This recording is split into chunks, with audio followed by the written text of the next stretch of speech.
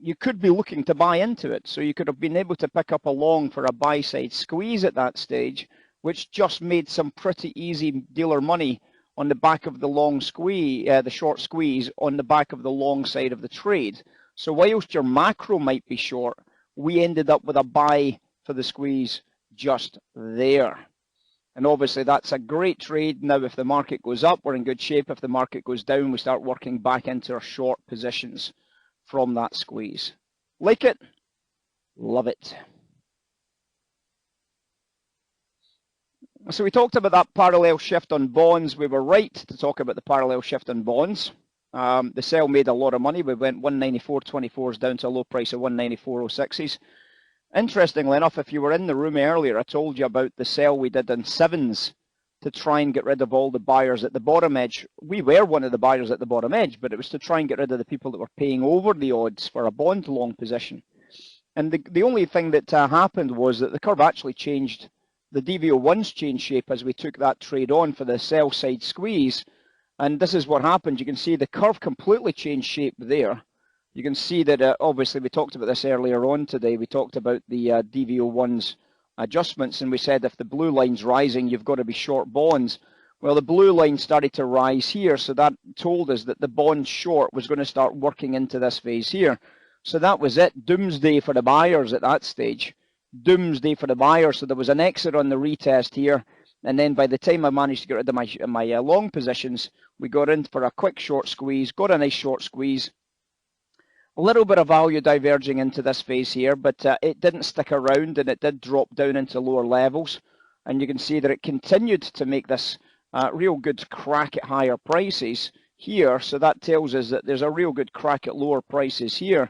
So it's very, very difficult being long bonds at the moment, that's for sure. So it's very, very difficult being long bonds. So if you were obviously trading that as a storyline, the trade would have been the sell on the pullback here if you'd been able to find your way into it. Now that never showed up on the DV01s, but that would have been the trade that you were looking for there, was to be short bonds for the retested lows. And that's where you would have been trying to find other things to give you some confidence about bonds being a buy trade at those low prints. Now obviously when you're looking at it from the perspective of the predictor, we don't really have a 5s, 10s belly predictor either just now, so there's a few things kind of missing from the overall jigsaw puzzle. So why did we get what we got? Well, a lot is told by the structure of the curve. Take a look at the curve. We haven't actually had any curve, so what we've ended up having is what's called a parallel shift. So you can see the parallel shift kind of starts to get a little bit overstated here. You can see we end up with a small discount to the 2s, 5s. The 2s, 5s, of course, is this yellow line.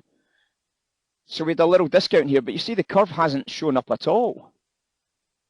The curve still isn't showing up just now.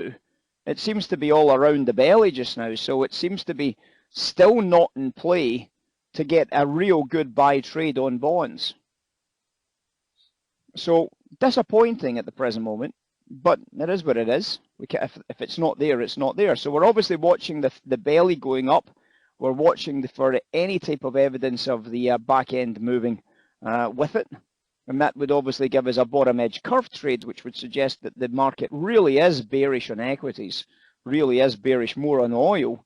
And we can start really getting some easy oil trades at the top edge if this starts to give us a curve buy trade. You can see what a curve buy trade looks like. It should be very obvious. It should be very visible. This, for example, was a curve buy trade here.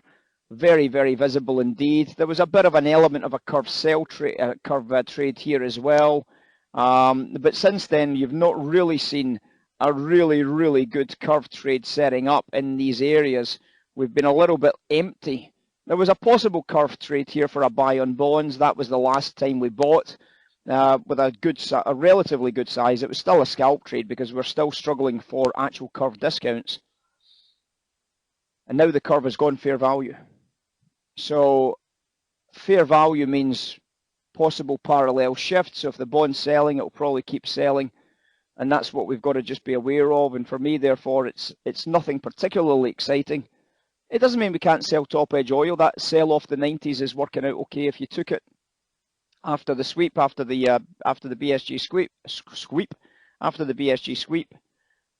It's starting to work its way back off now, so that's pretty good news. And we gave a shout out for the Nasdaq bottom edge a short while ago. It is starting to stick around, which is nice. And the price has just ran stops at the bottom edge, and it's gone bullish off that stop run into the lows. So that's worked out quite nicely if anybody's been working on the buy side with the Russell cyclicals. Very, very long bullish. Very long bullish. So I like that as a bit of storyline.